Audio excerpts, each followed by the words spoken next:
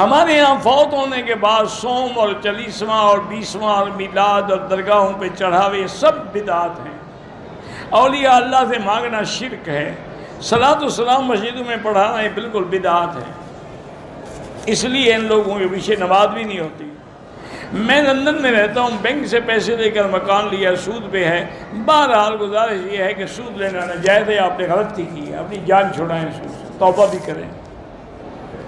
یہ اچھی بات ہے کہ بعض مولوی کہتے ہیں ایک مکان کے لیے تو سود حلال ہے، 2 کے لیے حرام ہے، یعنی اگر خنزیر ایک کا گوشت کھایا جائے تو وہ حلال ہے، دوسرے کا نہ ہو۔ یہ اچھا مسئلہ ہے بھائی۔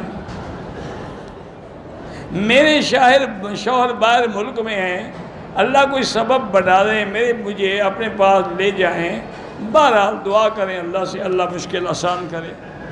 اللہ نے بیٹی دی ہے، بیٹے اب تمنا کرتی رہیں اللہ سے، باقی بیٹی بھی نعمت ہے اور بیٹا بھی نعمت ہے۔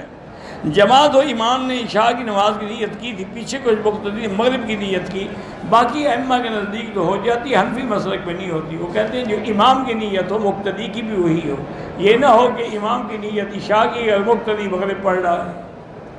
کہتے ہیں کہ میں ہر جگہ رشتہ بھیجتا ہوں لیکن رشتہ نہیں ہوتا، کیوں نہیں ہوتا؟ پیسے اکٹھے کرو، پیسے نہیں ہوں گے اس لیے نہیں ہوتا، دولت ہوگی تو ہو جائے گا۔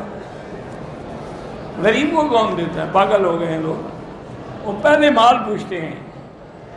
علماء دیوبند کا مقام یا مدرسہ دار بالکل پوری عرب دنیا میں ہر جگہ پر ان کا مقام ہے، وہم رہتا ہے، وہم کا علاج لا حول پڑھنا ہے۔ امام نے مثلا 2 رکعات میں قرات کی، 2 میں خاموش، ہم سب میں خاموش رہیں گے۔ میری دعائیں قبول نہیں، قسمت خراب ہے، یہی عقیدہ رکھنا بھی کفر ہے۔